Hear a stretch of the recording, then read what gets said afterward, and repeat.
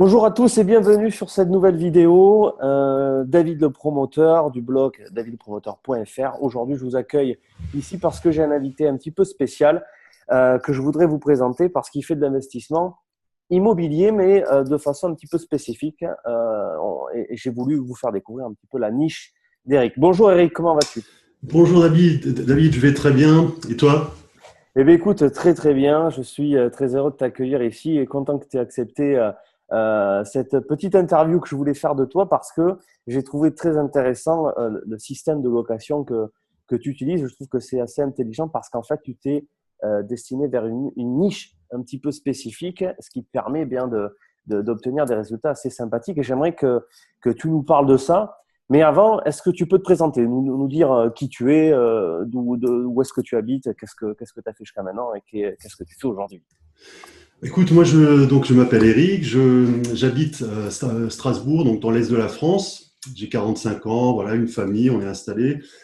Et puis je suis investisseur depuis 2003. Et ma stratégie, donc, c'est le meublé étudiant haute rentabilité. Donc, D'accord. Meublé étudiant, haute rentabilité. hmm. Donc, pour bien clarifier ce que tu viens de dire, on est en train de parler de meublé étudiant. Beaucoup de gens associent le meublé étudiant à la colocation de manière générale.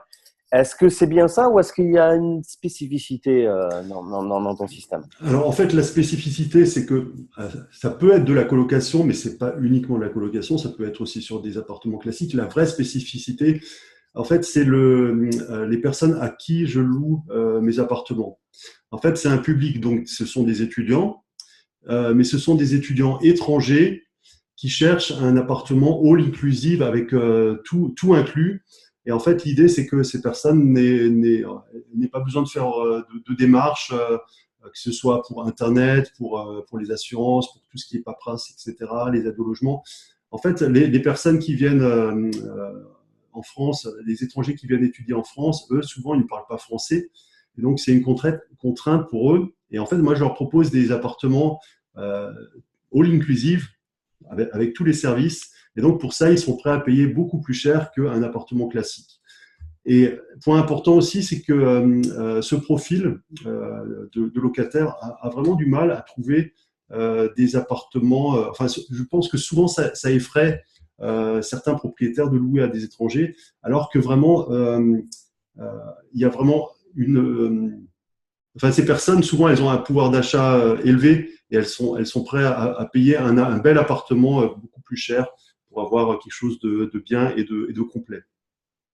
Génial. Ben, en fait, ce que je trouve super intéressant, c'est que on se pose toujours la question de savoir comment avoir un locatif à haut rendement avec de bonnes rentabilités, comment trouver une bonne affaire. C'est toujours ces grandes questions qui reviennent tout le temps lorsqu'on se lance dans l'investissement immobilier. Si certains d'entre vous qui nous regardez aujourd'hui euh, voulez vous lancer dans l'immobilier et avez cette barrière de ne pas savoir comment trouver une bonne affaire, pour commencer. Ce que je trouve intéressant ici, c'est que toi, ce que tu as fait, tu as en fait repéré ce que moi j'appelle des erreurs de marché. Je m'explique, c'est-à-dire qu'il y a à un moment donné une demande spécifique des personnes bien particulières qui ont une attente et il n'y a pas de réponse par rapport à cette attente-là. Donc forcément, lorsque quelqu'un, par exemple comme toi, vient proposer ce type de service, c'est-à-dire de leur proposer des logements à ces étudiants étrangers, mais avec un service qui finalement à toi te coûte pas très cher et te prend pas forcément beaucoup de temps, c'est-à-dire de les accompagner pour mettre en place leur abonnement Internet, les accompagner pour obtenir leur APL, différentes aides, etc. Par exemple, un abonnement de bus, peu importe, ça peut être un vrai parcours du combattant pour un étudiant étranger qui arriverait. Et toi, en fait, ce que tu proposes, c'est de leur mettre à disposition des logements qui sont un petit peu plus chers que ce qu'un étudiant français pourrait trouver, par exemple, parce que justement, tu leur apportes ce petit service en plus. C'est bien ça? Alors, oui, il y a plusieurs services en plus, mais pour parler prix, bon, c'est pas un petit peu plus cher, ça peut être jusqu'à 70% plus cher que le loyer moyen qui est pratiqué. Par exemple, chez moi à Strasbourg, un appartement, un meublé classique, ça se loue 450 euros. Ouais. Alors que le meublé plus, enfin ce que le meublé étudiant plus, comme je l'appelle, on peut le louer à 700 euros. Ah waouh, ah ouais, donc ah oui, oui, non, mais alors c'est bien au-delà de ce que je pouvais penser. Donc tu as des rentabilités, tu arrives à obtenir des rentabilités Bah, qui sont supérieur à 15%. super, quoi. Supérieur à 15%. Ouais, super à 15%. C'est ouais, c'est vraiment des super rentabilités que tu valorises en fait par tous ces services que tu apportes. Tu peux nous énumérer quelques services que tu mets en place Bien sûr, bien sûr. pour cette Alors clientèle? bon, le service, le classique, c'est Internet déjà, bon parce que évidemment tout le monde veut Internet aujourd'hui. Donc bon bah ça c'est déjà de base. Après il y a également un lave-linge puisque en fait pour les appartements étudiants il n'y a pas toujours de lave-linge qui sont inclus. C'est toujours un peu compliqué de sortir. Donc ça je le mets aussi dans les appartements. Alors moi le lave-linge il me coûte 200 euros à peu près, 200 euros, mais après il est loué par personne 30 euros par mois. En fait, ça correspond à 30 euros par mois de plus par rapport au loyer. Après, il y a un service aussi qui est bien apprécié, c'est que je mets une clause, si jamais il y a un pépin technique, en fait, j'ai une personne qui intervient en moins de 48 heures. Donc ça, bon, ça paraît évident, mais le mettre dans l'offre, ça rassure aussi les personnes. Parce que bon, moi, j'ai une personne, par exemple, qui est un auto-entrepreneur et qui s'occupe de tous les petits travaux. Donc, s'il y a un pépin, je l'appelle et c'est lui qui s'en occupe. C'est pas moi qui m'en occupe, c'est lui. Mais disons, c'est très rare que ça arrive. Par contre, le fait de le mettre dans le contrat, c'est un plus. Après, un autre service aussi, eh bien, c'est simplement le fait d'aider les personnes pour mettre en place l'assurance locative puisque souvent les étudiants étrangers ils ne parlent pas français, les démarches administratives c'est compliqué. Ouais. Donc moi je leur mets en place l'assurance puisqu'il faut avoir une assurance quand on est locataire. Autre démarche, tout ce qui concerne les aides au logement, puisqu'en fait un étudiant étranger qui vient étudier et qui n'a pas de ressources en France, il a aussi le droit aux aides au logement. Et donc, moi, je m'occupe de tout. Voilà, je lui dis, voilà, je m'occupe des documents. Il y a juste à signer. Et puis voilà. Lui, il n'a pas besoin d'aller à la CAF et tout ça. Enfin, déjà pour nous, c'est compliqué de faire ça. Alors donc, bref, voilà. Et en fait, ça, je l'ai compris. Bon, disons, moi, j'ai commencé par faire de l'immobilier étudiant classique. Après, j'ai fait du meublé étudiant. Et puis, au fur et à mesure de mes locataires, des personnes qui venaient euh, enfin des demandes que j'avais, bah, j'ai été en contact avec des étrangers et j'ai très vite compris que ils cherchaient quelque chose de simple. Je te donne un exemple. Il y a quelque temps, j'avais au téléphone deux Américaines qui venaient dans une école de management à Strasbourg pour un an. Et donc, elles me posent la question. Euh, voilà, est-ce qu'il y a Internet? Alors je dis oui, il y a Internet, c'est 30 euros de plus par personne. Elle me dit on prend. Est-ce qu'il y a un lave-linge? Oui, il y a un lave-linge, c'est 30 euros de plus par personne. On prend. Il n'y a même pas de discussion, tu vois. C'est direct. C'est pas ah ouais, on va réfléchir. C'est on prend direct.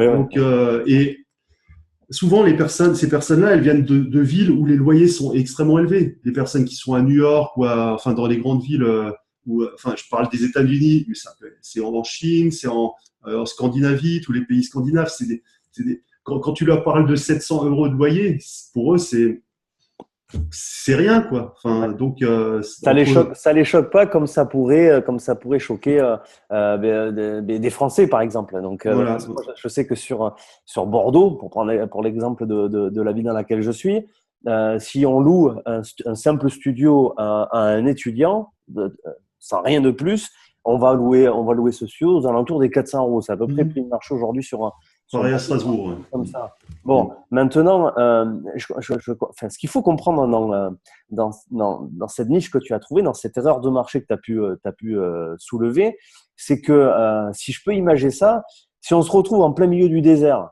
et que soudain, il y a quelqu'un qui arrive et qui vous propose de boire de l'eau fraîche, si cette bouteille d'eau fraîche, on vous la vend 5 000 euros, vous allez payer ces 5 000 euros sans discuter parce que vous n'avez pas d'eau sur vous et que vous êtes en plein milieu du désert. C'est un petit peu le même principe avec ce que tu proposes pour ces étudiants étrangers. En fait, pour eux, c'est une aubaine que tu puisses avoir cette force de proposition parce que ça leur enlève d'énormes soucis, d'énormes tracas. Et qu'en parallèle, forcément, ils peuvent se permettre de payer les loyers que tu demandes parce qu'ils ont un certain niveau un certain niveau de revenus, ou en tout cas les parents ont un certain niveau de revenus. C'est bien ça? Tout à fait, c'est bien ça. Et en fait, ce qui est intéressant aussi, c'est que bon, au début, quand j'ai commencé à faire ça, je pensais que bon, voilà, c'était limité à quelques écoles, ou parce que là, je parlais de l'école de management. Et après, en fait, j'ai commencé à étudier ce marché-là, et je me suis rendu compte que rien que dans ma ville, il y a 35 établissements, que ce soit des écoles ou des universités, qui font des partenariats avec les étrangers sur les études. Et donc, il y a 35 établissements, mais dans chaque établissement, il y a en plus plusieurs formations. Donc, je me suis rendu compte que, en fait, il y avait un marché c'était pas juste un petit marché, c'était vraiment un gros marché. Ça, c'est dans ma ville. Après, je me suis intéressé à d'autres villes et je me suis rendu compte que dans les autres villes, c'était pareil aussi. Donc, j'ai commencé à répertorier tous les établissements et à créer des partenariats aussi avec ces établissements. Et ce qui est génial, c'est qu'une fois que vous avez les premiers sont venus, bon, ils rentrent au bout d'un an ou 2 ans, ils rentrent chez eux. Et après, par le bouche à oreille, ça va très vite parce que les écoles ou alors les personnes ou les réseaux des anciens élèves, etc., ils ont des fichiers et quand ils vous connaissent, ils vous appellent directement. Donc, une fois que vous avez mis ça en place, après, ça vient vers vous directement.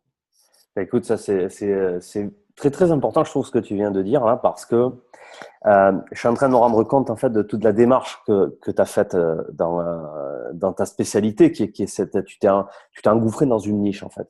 Et ce que j'aimerais faire comprendre à tous les gens qui regardent cette vidéo, c'est que si vous vous lancez dans l'investissement immobilier, ou si vous êtes déjà investisseur immobilier, parce que aujourd'hui, il faut savoir une chose. Parmi tous les investisseurs qu'il y a en France immobilier, il faut savoir que la moyenne des rentabilités en France sur l'investissement locatif, il est entre 3 et 5%. Alors, certains d'entre vous peuvent être choqués d'entendre ce chiffre-là, mais c'est pourtant la réalité des chiffres. Aujourd'hui, on est entre 3 et 5% si on prend la moyenne de tous les investissements locatifs. Mais certains investisseurs immobiliers, comme Eric, arrivent à performer ce type de rentabilité parce que derrière, il y a un certain travail qui est mis en place. Et le travail que Eric a fait dans sa spécialité, ça a été d'aller pousser sa démarche jusqu'au bout. Il est allé carrément voir ces établissements scolaires qui accueillent ces étrangers pour faire sa proposition, pour mettre sa candidature et dire à ces établissements, je peux vous apporter une aide en ce qui concerne les étudiants que vous accueillez, en leur proposant des logements qui sont totalement complets en termes d'équipement et de services. Et ça, c'est hyper fort. C'est là où tu crées cette différence par rapport à quelqu'un qui va simplement mettre une annonce sur Internet en disant appartement à louer à un étudiant.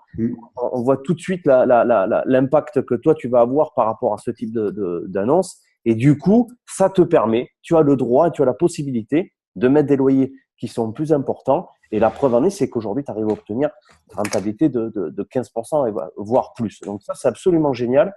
La leçon de ça, c'est qu'il faut absolument aller creuser dans ce qu'on peut apporter de plus que les autres investisseurs qui, de toute façon, vous rapportera beaucoup plus.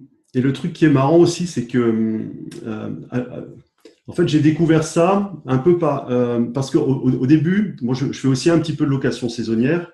Bon, la location saisonnière, on sait que c'est en mise en place, il y a plus de choses à mettre en place parce que bon, il y a aussi l'entrée, les ménages, etc. Et donc, en fait, j'ai découvert ça parce que j'avais un appartement en location saisonnière. J'avais commencé à exploiter en fin d'année, novembre-décembre à Strasbourg. C'est la période où il y a beaucoup de demandes parce qu'il y a le marché de Noël à Strasbourg. Et puis au mois de janvier, je me suis retrouvé dans une situation où j'avais quasiment pas de réservation pour cet appartement. Il avait très bien marché en décembre et en janvier, il était quasiment vide. Il n'y avait pas de demande. C'était janvier, février, c'est assez. C'est la basse saison, on va dire. C'est la basse saison et en plus, bon, il y a des endroits à Strasbourg où tu loues aussi en janvier, février parce que c'est au centre-ville. Mais le mien, il est un petit peu déporté. Il est dans un quartier. C'est pas juste au centre-ville. Donc, en fait, c'est un appartement qui en saisonnier marche bien pendant, par exemple, l'été ou pendant le marché de Noël, mais pendant d'autres périodes, il marche pas terrible. Et donc là que je me suis dit bon, il faut que je vais le remettre en location meublée classique. Et en fait, le truc c'est que j'avais là un appartement qui était complètement équipé, qui était équipé comme de la location saisonnière. Et donc, c'était un appartement haut de gamme, on va dire, avec, voilà, il y avait de la télé. Enfin, ouais, ça, j'ai pas dit aussi, mais les appartements que je propose donc aux étudiants étrangers, bah, c'est des appartements, si tu veux, ils sont équipés un peu comme si on allait faire de la location saisonnière, sauf que c'est pas de la location saisonnière. Et donc, cet appartement, j'ai mis en location, et là, je me suis rendu compte du marché qui existait. Et en D'accord. fait, il était déjà prêt pour ce type de clientèle. Alors, est-ce que tu peux préciser, parce que tu viens de dire qu'en fait, tu équipes ces appartements comme si c'était de la location saisonnière. Qu'est-ce que ça veut dire? Parce qu'il y a beaucoup de gens qui font pas de location saisonnière et qui savent pas ce que ça veut dire. Quels sont les équipements? Ça fait partie des questions que je voulais te poser. Ouais. Quels équipements tu mets dans tes appartements, Alors, hormis ceux que tu as énumérés comme le lave-linge, l'Internet? Qu'est-ce que tu fais de spécifique en plus de ça? Qu'est-ce que tu mets comme aménagement d'intérieur? alors, bon, pour un meublé classique, hein, je vais faire la distinction entre un meublé classique et un meublé haute rentabilité. Le meublé classique, en fait, quand tu fais du meublé, tu as une liste de choses minimales à mettre dans l'appartement. C'est quoi? Ben, c'est euh, un four, ça peut être un four à micro-ondes, des plaques de cuisson, un couchage, donc un lit ou un canapé-lit. Euh, donc, de quoi faire le ménage, de la vaisselle. Ça, c'est les choses minimales pour un meublé. Mais pour un meublé haute rentabilité, on va rajouter des choses. On va rajouter une télé, on va rajouter un coin cuisine, on va dire, pour manger. Je rajoute la théière ou la machine à café. Donc, c'est des petits trucs, ça coûte pas cher. Et je rajoute un petit peu de déco aussi. Voilà, la seule différence, c'est ça, tu vois, c'est des petits trucs, mais ça fait toute la différence. Alors, donc là, je vais partager mon écran. Voilà, je ne sais pas si vous voyez. Est-ce que tu vois mon écran? Oui, oui, oui, on voit parfaitement ce que tu viens de partager, Eric. Ouais. Ok, super. Donc là, je te parle, je te montre un des appartements. Donc c'est ce que je disais. Donc bon, il y a la cuisine avec un four, il y a les plaques. Bon, c'est une cuisine équipée. Ça coûte pas cher en fait à faire ces cuisines équipées. Hein. On est allé chez Conforama, ils nous ont fait ça. Ça a coûté moins de 1 000 € la cuisine là. Donc vraiment, si vous allez au bon endroit, vous pouvez avoir des prix sympas. Donc là, j'ai rajouté la télé. Il y a un petit peu de décoration. Là, il y a voilà, un petit tableau. Il y a un petit coin. Voilà, on voit ici la théière. Ici, on voit le canapé lit. Voilà, donc l'appartement est propre. Et puis, ouais, bon, on a les petits luminaires. Voilà, et ça suffit. Mais écoute, il est super mignon l'appartement. Je vois que la cuisine, tu t'es pas arrêté à la simple cuisine blanche, Non, non, non. basique. Voilà, tu as essayé de trouver un décor un peu plus sympa. Ça, et tout de suite, ça redonne une valeur. Ça fait monter la valeur un petit peu de l'appartement. Quand on Ouais, voit les cuisines de base, là, toutes blanches, bon, ça fait baisser tout de suite mais bien sûr. la valeur de l'appart. Dès Ouais. qu'on met un décor sur la cuisine, ça va coûter peut-être 100 balles de plus ou 200, je sais pas. Mais Mm, dans tous les cas, les gens, quand ils vont rentrer dedans, tout de suite, ils vont avoir ce sentiment-là que l'appartement, c'est pas un appartement bas de gamme. Ça va mm, être un appartement déjà qui va être au-dessus de ça. c'est ça. Et, ça, c'est vachement important. Mm. Il est très sympa, l'appart. Il fait 23 mètres carrés, c'est ça? Voilà, 23 mètres carrés au deuxième étage. Alors, ce qui est apprécié aussi, c'est quand vous avez un local à vélo dans l'immeuble, ça aussi, c'est un truc sympa, c'est un petit plus. Surtout, bah, dans les étudiants, ils circulent souvent en vélo. Nous, on a une ville qui est très, on a beaucoup de pistes cyclables, donc ça, c'est un plus qui est aussi apprécié. Ouais, Je ouais, peux, ok. je peux te montrer à quoi ressemblait. Bon, je peux te parler chiffres, tiens, regarde. Ça, c'est sympa, ouais. L'appartement, alors bon, on parlait louer plus cher que le marché, ça c'est une chose, mais il y a aussi bien sûr acheter au bon prix, parce qu'en fait c'est les deux leviers les plus importants, hein, c'est acheter au meilleur prix et louer au meilleur prix aussi. Donc là en fait j'ai acheté l'appartement 44 000 euros, donc c'est vraiment en dessous du prix du marché aussi, hein. Parce que l'investisseur précédent il avait eu un souci, son locataire payait pas, bref, il en avait vraiment marre et donc il a lâché son appartement. J'ai même pu négocier 500 euros au moment de l'achat, les frais de notaire, les travaux, les meubles. Donc, tout coût total, 52 000 € à peu près. Ouais. Je te montre à quoi il ressemblait avant. Donc, tu parlais de la petite cuisine blanche. Bah, effectivement, elle était là. Ben voilà. Voilà. La cuisine blanche, elle est là. Complètement pourrie. Le gars, je sais pas ce qu'il avait fait avant, mais bref. On voit vraiment la différence avec ce que tu nous as montré tout à l'heure. Bon, voilà, c'est l'appartement, c'est plus du tout le même, quoi. Hein. L'appréhension quand on rentre dedans, le feeling qu'on a quand on rentre dedans, c'est plus du tout la même chose. Hein. Ouais, c'est clair. T'as viré la moquette toute pourrie qui était Ouais. au sol. Il y avait même je sais pas, ils avaient mis une sorte de peinture bleue là. Enfin bref. Ouais.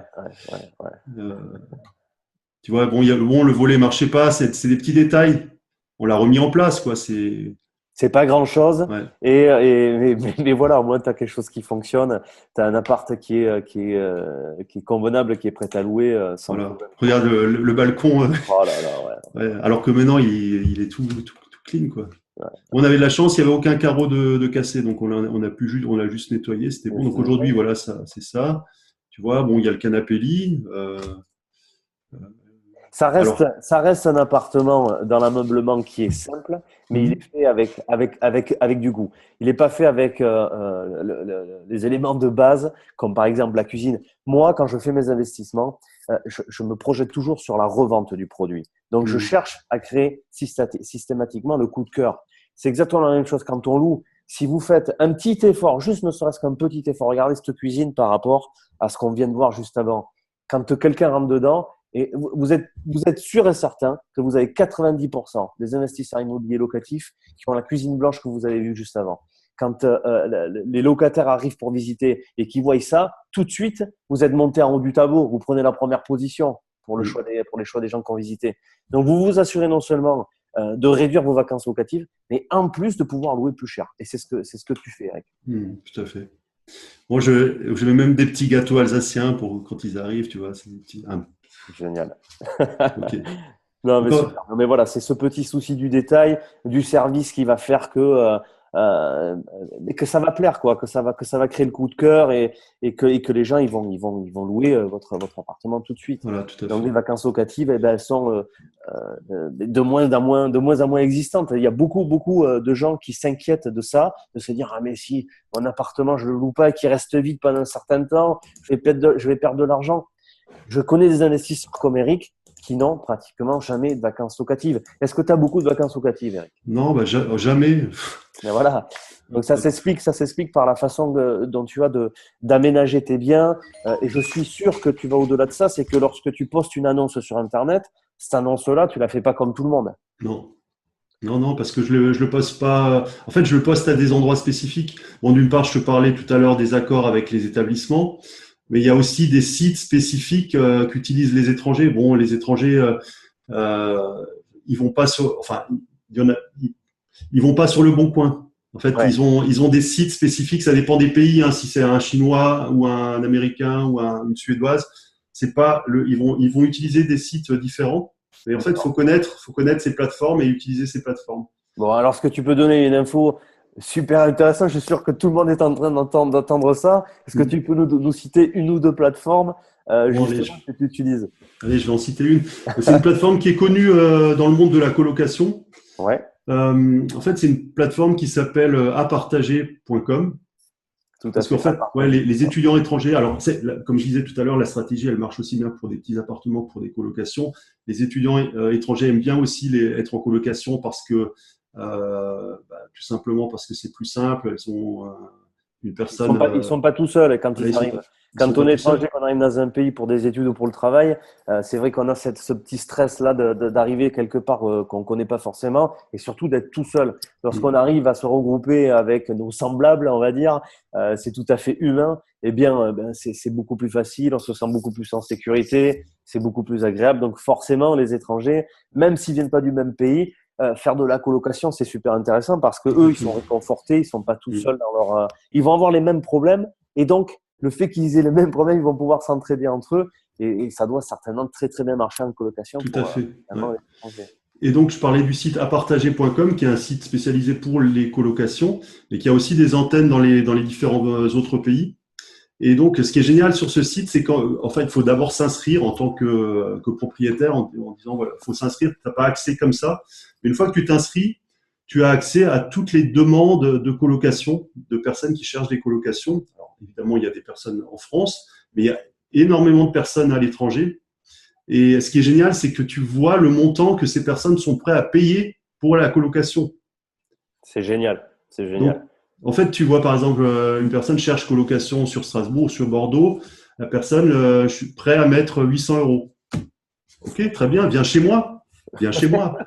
C'est génial, c'est des infos super, super intéressantes que tu es en train de Mm, nous donner là. Et on mm, va d'ailleurs, je vais vous mettre le lien du site de la plateforme qu'Eric vient d'annoncer. Je vous la mets dans la description de la vidéo si ça vous intéresse, d'aller regarder un petit peu ce qui se passe sur apartager.com. Vous allez voir qu'il y a, il y a, il y a des choses intéressantes à faire, notamment avec tous les conseils qu'Eric vient de nous donner.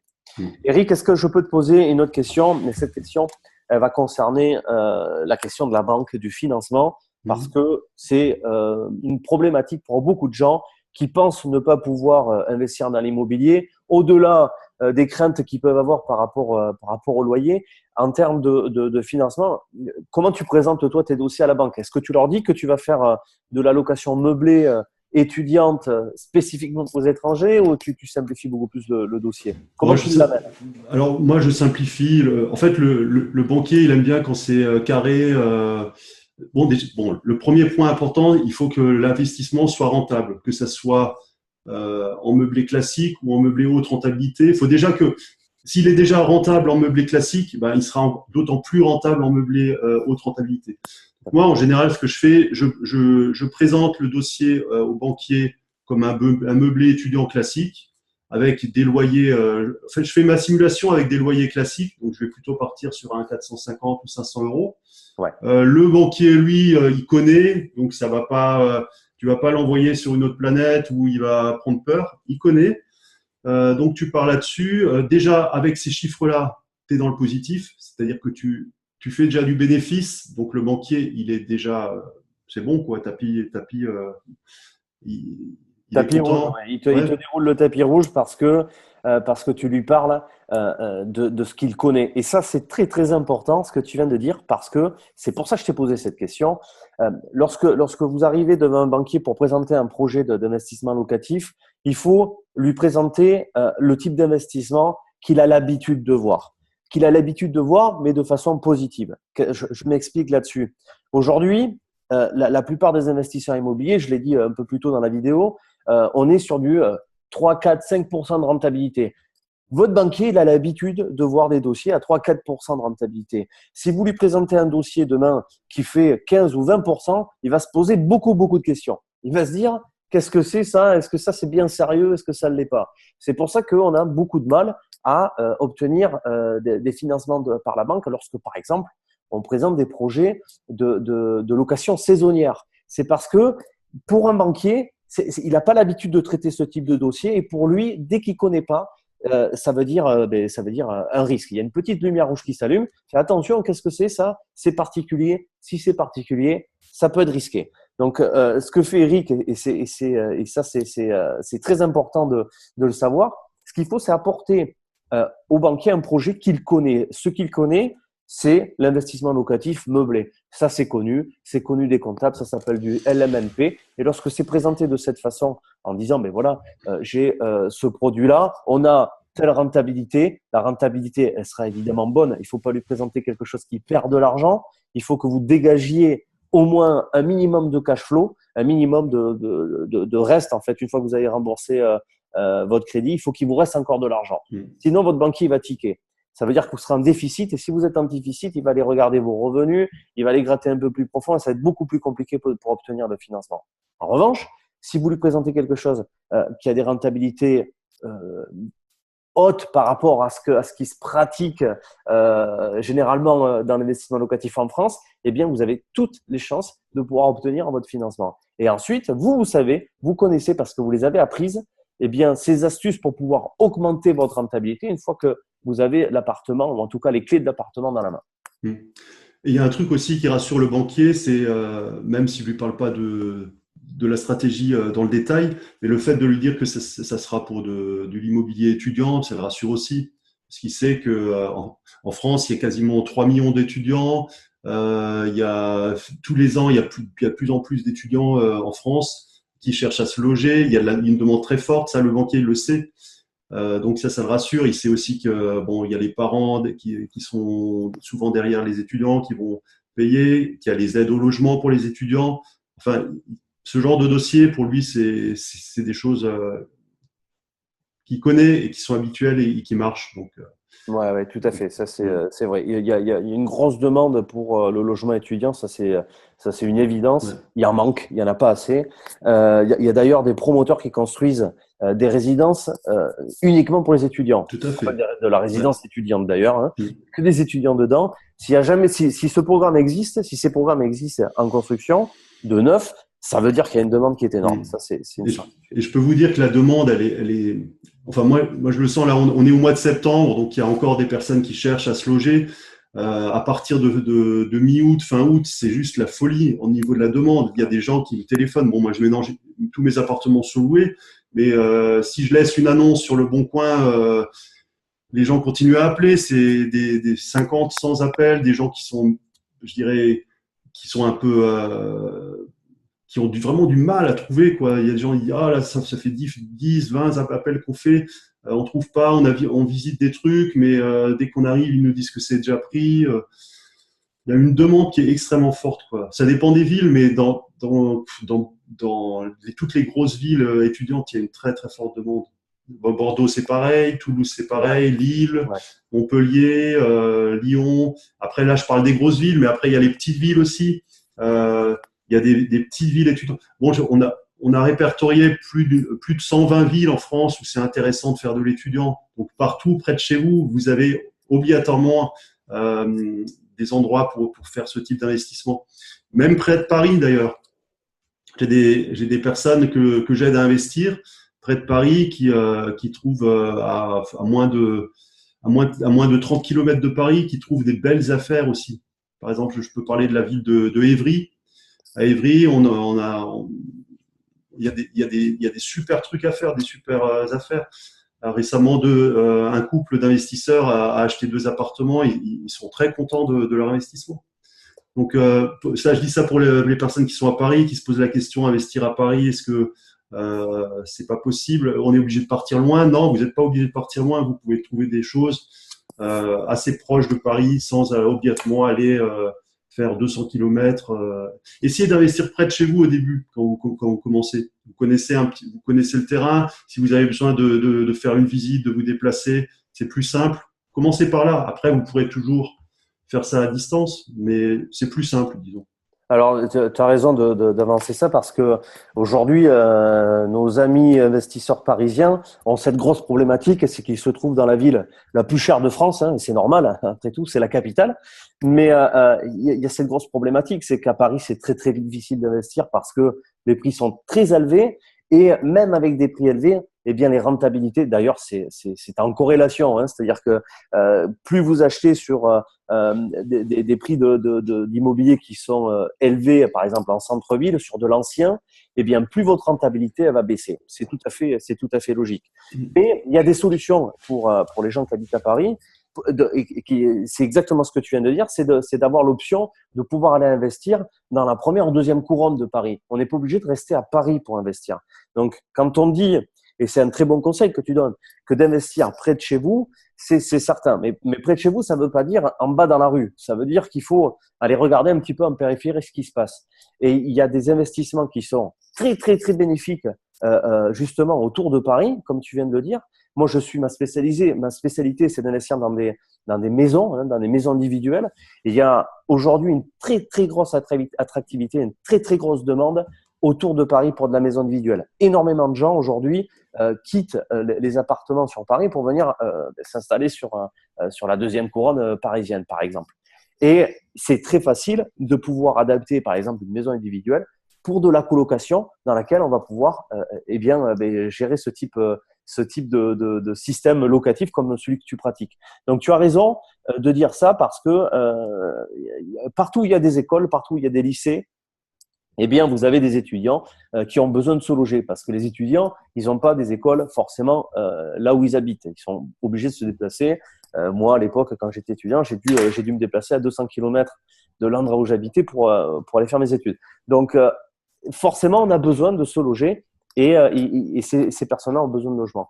Et c'est bien d'aller regarder bien autour des villes et pas forcément en centre-ville. On n'est pas obligé d'être en centre-ville pour s'assurer du locatif. Ouais, et c'est ce que, ouais, ça c'est super important aussi, c'est que on va faire de bien meilleures affaires en allant un petit peu en périphérie, parce qu'au centre-ville, les prix sont très chers, il y a une très forte demande.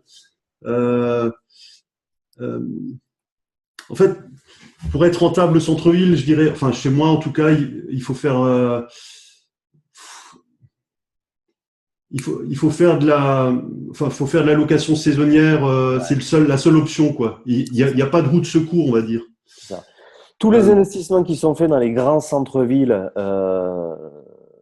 des grandes villes françaises, si jamais c'est exploité de façon classique, du nu ou du simple meublé, les rentabilités, elles seront basses. Ça, c'est clair et net. On n'aura pas de la rentabilité. Il suffit de prendre les annonces qu'il y a sur les sites Internet aujourd'hui. Vous en prenez 5, vous faites le calcul et vous avez tous les investissements qui sont proposés sont aux alentours de 3, entre 3 et 5%. Quand je parle de 5 c'est vraiment c'est la bonne affaire du centre-ville, si je puis dire. Donc, soit on est en centre-ville et à ce moment-là, on exploite en location saisonnière, c'est ce que tu dis. Moi, j'ai cette problématique à Bordeaux. C'est qu'en exploitant, j'ai quelques appartements à Bordeaux parce que je diversifie un petit peu. Et les appartements que j'ai à Bordeaux, ils sont tous en location saisonnière parce que j'obtiens pas les rentabilités que j'obtiens avec mes maisons si je fais pas de location saisonnière. Donc voilà, tu as raison de préciser ça. Donc et ça donne un grand espoir à tous ceux qui n'habitent pas dans des grandes villes françaises ou en centre-ville de grandes villes françaises, c'est que vous avez la possibilité d'être très rentable en termes d'investisseurs immobiliers locatifs en investissant autour de ces grandes villes ou même en campagne parce qu'il y a de la demande locative. Aujourd'hui, il faut savoir que en France, il n'y a que 55% de propriétaires. Ça veut dire que tout le reste de la population, ce sont des locataires. Et ces locataires, ils cherchent des logements. Et ça tourne. Il y a pas mal un locataire, il reste en place en moyenne 3-4 ans dans un logement quand c'est de la longue durée. Donc, ça tourne et ils ont besoin de logement. Tout investisseur immobilier a la possibilité aujourd'hui de faire une force de proposition pour pouvoir louer ces appartements et éviter évidemment cette grande peur que beaucoup ont d'avoir de la vacance locative. Avec certaines stratégies, comme celle par exemple d'Eric, mais il y en a d'autres, on peut très facilement proposer un produit en location et ne jamais avoir de vacances locatives. Moi, par exemple, la vacance locative, je ne sais pas ce que c'est. C'est tout le temps rempli. Alors, par contre, il y a une question qu'on peut se poser par rapport à la vacance locative dans le système que tu utilises. Si tu peux me poser la question, mais je voulais juste dire par rapport, on parlait de location saisonnière, en fait, juste pour dire que moi je me suis rendu compte parce que j'ai aussi un appartement au centre-ville en location saisonnière, et je me suis rendu compte que le meublé étudiant haute rentabilité, il était plus rentable, je faisais plus de cash flow sur cette stratégie-là que sur la location saisonnière. Wow. C'est-à-dire que c'est plus intéressant d'acheter en périphérie parce qu'on achète moins cher. Et de le louer avec cette stratégie, on va dégager plus de cash flow que d'acheter au centre-ville et de faire de la location saisonnière. En tout cas, location saisonnière 100% déléguée, enfin dire 100% géré par quelqu'un. Parce que moi, en fait, pour moi, un investissement, il faut que ça soit automatique, il faut que ça soit passif. J'ai pas envie de faire du ménage, etc. Donc, pour moi, c'est ça un investissement. Donc, si je compare les deux, le meublé étudiant haute rentabilité, il est plus intéressant. Donc ça, c'est aussi un point important. C'est très intéressant de savoir ça. Et la question que je voulais te poser justement, c'est, étant donné que tu loues à des étudiants, tout le monde sait que il y a une période étudiante, c'est-à-dire que il y a la période d'été, là où on a ces 2 grands mois de vacances étudiantes. Qu'est-ce qui se passe? Comment tu fais? Tu te retrouves 2 mois vides? Comment tu gères ça? Ça, c'est ma première question. Et ma deuxième question, c'est lorsque tu fais de la location pour un étudiant, mais qui sont en colocation cette fois-ci, pour de la colocation, comment tu gères le fait que, par exemple, tu sois payé si jamais il y a un colocataire qui quitte l'appartement, pour que toi tu puisses obtenir toujours le même montant de loyer? Est-ce que tu peux répondre à ces 2 questions-là? Alors déjà, pour répondre à la première question sur les vacances scolaires de juillet-août, en fait, ce qu'il faut savoir, c'est que les personnes qui sont prévoyantes, elles commencent déjà à chercher leur appartement au mois de juin, voire déjà au mois de mai, pour une rentrée au mois de septembre. Donc, moi, j'ai déjà des demandes, j'ai déjà même eu des demandes au mois d'avril, mais c'est trop tôt.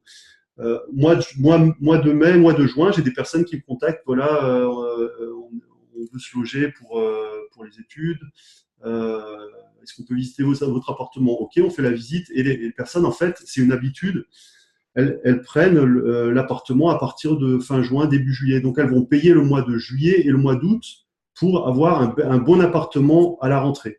Parce qu'en fait, ce qu'il faut savoir, c'est que les meilleurs appartements, ils partent en début de saison. C'est-à-dire au mois de juillet, c'est là qu'il y a les meilleurs appartements qui sont encore sur le marché, qui vont être loués.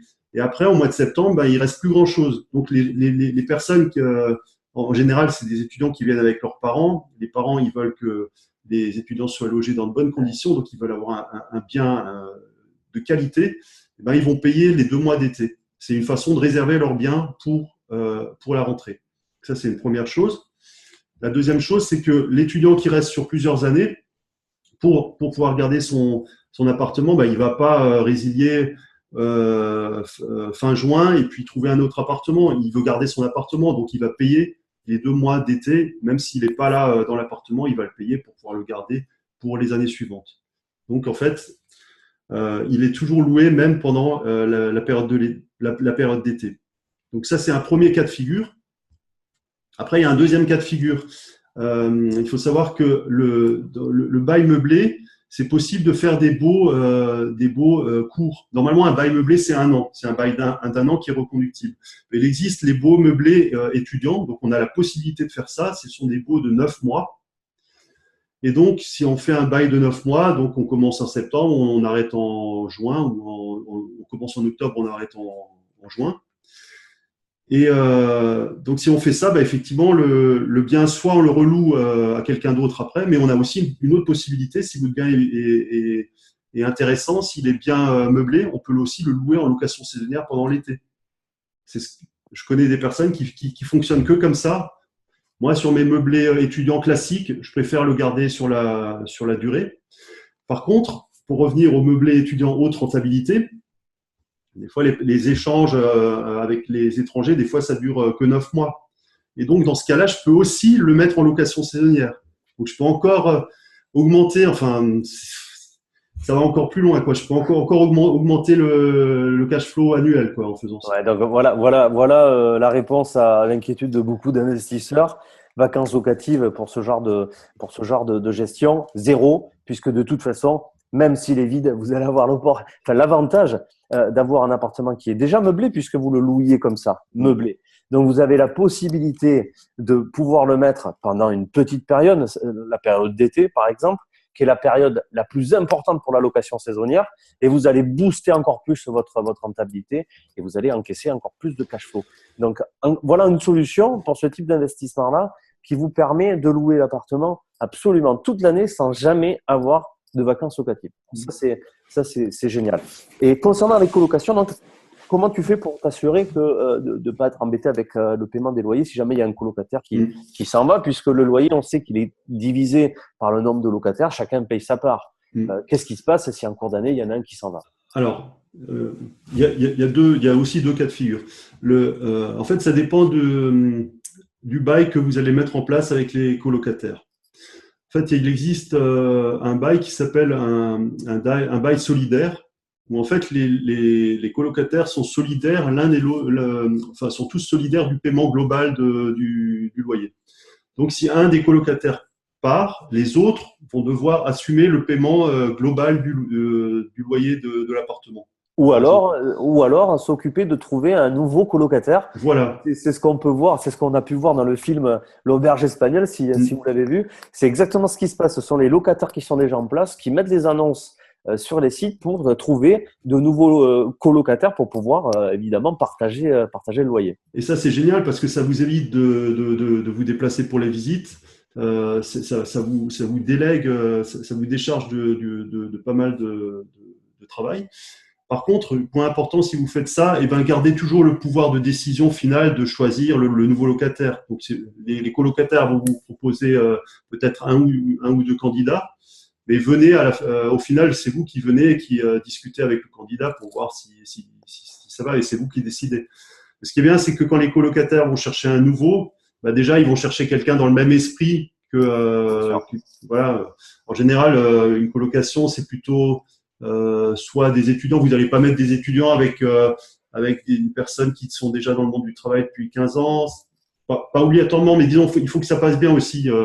Une colocation, c'est aussi, il y a aussi des règles de vie, il y a aussi une façon de faire les choses, comment on gère de la cuisine, comment on gère les espaces communs, etc. Donc, il faut qu'il y ait un accord à ce niveau-là. Ça, c'est le premier cas de figure, c'est le bail solidaire. Toutes les personnes sont solidaires. C'est quelque chose qui marche bien pour les petites colocs, pour des colocs à 2, voire à 3 personnes. Après, pour des colocs plus grosses, c'est plus compliqué de faire passer un bail solidaire. Les personnes sont plus réticentes à l'accepter. Donc, c'est pour ça que moi, je préfère les petites colocations parce que ça, je peux le mettre en place. Moi, la plus grosse coloc, c'est 3 personnes. Donc, je ne fais pas des trop grosses colocations. D'accord, des colocations 4, 5 personnes, toi, tu pars pas sur cette… Pas pour le moment, en tout cas. D'accord. Lorsque tu fais de la colocation, l'aménagement à l'intérieur des appartements, est-ce qu'il y a une surface minimum à avoir pour pouvoir intéresser les gens? Est-ce que les chambres, il faut qu'elles aient une surface minimum ou pas? Ou par exemple, si on achète un T3, il y a 2 chambres de disponibles, on met à disposition tel que c'est. Moi, j'estime que une chambre en dessous de 10 mètres carrés, c'est un peu petit. Donc moi, je me suis fixé cette règle, c'est que les chambres, elles doivent faire au minimum 10 mètres carrés. Bon, moi, là, la dernière coloc que j'ai fait, j'ai 2 chambres de 12 mètres carrés. Bon, là, ça va, il y a de l'espace, il y a de quoi mettre un bureau. En fait, dans chaque chambre, je mets donc un lit double, 1,40 m, une armoire, un bureau, une petite table de chevet, voilà. Donc, il y a la place pour mettre tout ça et on respire encore. Donc ça, c'est la règle que je me suis fixée. Après, je me suis aussi fixé de toujours mettre un espace commun, c'est-à-dire un petit salon, ce qui donne sur une cuisine ouverte ou pas, enfin, mais toujours qu'il y ait un espace commun, pas que ça soit juste des chambres. Là, le dernier que j'ai fait, c'est un 3 pièces. J'aurais pu faire le choix de faire 3 chambres, mais j'ai préféré faire 2 chambres de qualité avec un bel espace commun. Le loup est plus cher parce que c'est de la qualité que de faire 3 chambres ric-rac. J'ai préféré faire ça comme ça. Super, ouais, ok. Donc voilà, au moins on a une idée de la surface pour les gens qui vont aller visiter demain des appartements. Ils vont pouvoir identifier tout de suite ce qui est possible de faire avec ce type de surface parce que on a beaucoup de mal, des fois certaines personnes ont beaucoup de mal à se projeter lorsqu'ils font des visites et c'est sympa d'avoir ce type d'informations. Super, bah, écoute Eric, merci beaucoup pour tous ces conseils. On arrive pratiquement à la fin de cette vidéo. J'aimerais te poser encore une question. Quels sont tes futurs projets immobiliers? Alors, j'ai pas mal de pistes. Je pense que le prochain, ça va être une colocation étudiante à haut rendement. C'est toujours un système qui marche on le réplique, hein, on le réplique. Donc là, je suis sur une piste. J'ai peut-être une belle opportunité sous la main. Je t'en dirai plus dans les prochaines semaines, mais je pense que ça va être ça. Ouais. Super. Mais écoute, je pense que c'est très très intéressant cette piste-là, évidemment. Alors, moi j'ai des maisons individuelles, ça s'apprête totalement, et je pense que la prochaine, je vais tenter de faire une colocation comme ça pour voir ce que ça donne. En mettant, j'ai toujours minimum 3 chambres dans mes maisons, donc c'est tout à fait dans la direction de la colocation. Tiens-moi au courant de ce projet. Ouais, je te dirai tout ça. Merci beaucoup pour toutes ces infos. Je pense qu'on a eu des infos super importantes dans cette vidéo. Merci beaucoup. Merci pour tous les gens qui vont regarder la vidéo. N'hésitez pas à la partager, évidemment, et à mettre un petit pouce si vous avez aimé. Abonnez-vous également sur le bouton que vous connaissez. Et dernière chose, Eric, je crois que tu as un blog également, c'est ça? Oui, alors j'ai un blog qui s'appelle Campus Invest, puisque c'est les investissements sur les campus, mais pas uniquement sur les campus, enfin, c'est plutôt pour les étudiants. Donc ça s'écrit campus, CAMPUS, invest, comme investissement, les premières lettres, .fr. Donc c'est un blog où vous trouvez plein d'informations sur ce type d'investissement, sur un peu mes aventures, les derniers investissements, comment je mets ça en place. En parallèle, il y a une chaîne YouTube aussi où vous trouverez des vidéos sur les investissements, sur les travaux, sur des personnes qui investissent aussi dans ce domaine-là avec qui je discute. Enfin, il y a vraiment plein d'infos. Et puis, il y a la chaîne, il y a la page Facebook aussi où là, en live, vous voyez ce qui se passe. J'aime bien partager aussi mes aventures. Et puis là, on est en train de lancer le projet dont je te parlais. Je pense qu'il y aura du contenu sur Facebook prochainement. Génial, super. Écoute, moi, ce que je te propose, c'est mettre tous ces liens dans la description de la vidéo pour tous ceux qui seraient intéressés d'aller faire un petit saut sur le blog d'Eric. Je pense qu'il y a encore beaucoup de choses à découvrir sur ton blog. Tu proposes aussi, je crois, certaines formations pour les gens qui voudraient se lancer oui, tout à fait. l'investissement et faire comme toi, c'est ça? Ouais, j'ai une formation spéciale meublé étudiant, donc qui décrit de A à Z le processus. J'ai une formation spéciale pour la négociation, puisque c'est un levier important, c'est le prix, le prix d'achat, donc spéciale négociation pour avoir les meilleurs prix d'achat. Et puis j'ai aussi des packs documentaires, si vous cherchez des documents pour mettre en location votre meublé ou votre colocation. Vous avez tous les baux de colocation, tous les documents pour l'engagement de caution, pour les parents, etc. C'était un pack. Et j'ai également, dans ce pack, en fait, j'ai décrit toute la procédure pour mettre en location de façon efficace. Donc tout ça, vous le trouvez. Je vous mettrai les liens sous la vidéo. Enfin, tu pourras mettre les liens sous la vidéo. Super. Allez, je vous propose à tous de pouvoir découvrir tout ça dans le descriptif de la vidéo. Je vais vous mettre tous les liens et moi, je vais vous faire un cadeau. Je vais vous offrir une formation gratuite que vous allez pouvoir découvrir également dans le descriptif de cette vidéo. Je vous remercie à tous. Merci Eric de m'avoir accordé de ton temps et de nous avoir donné autant d'informations aujourd'hui. Avec plaisir, avec grand plaisir. Merci encore. Je te souhaite une bonne journée. Je vous souhaite à tous une bonne journée. Merci et à très bientôt pour la prochaine vidéo. N'oubliez surtout pas de vous abonner, de liker cette vidéo et de mettre un commentaire et de me dire ce que vous en avez pensé et ce que vous attendez des autres vidéos que je pourrais vous poster. Merci bien et à très bientôt. Ciao, ciao.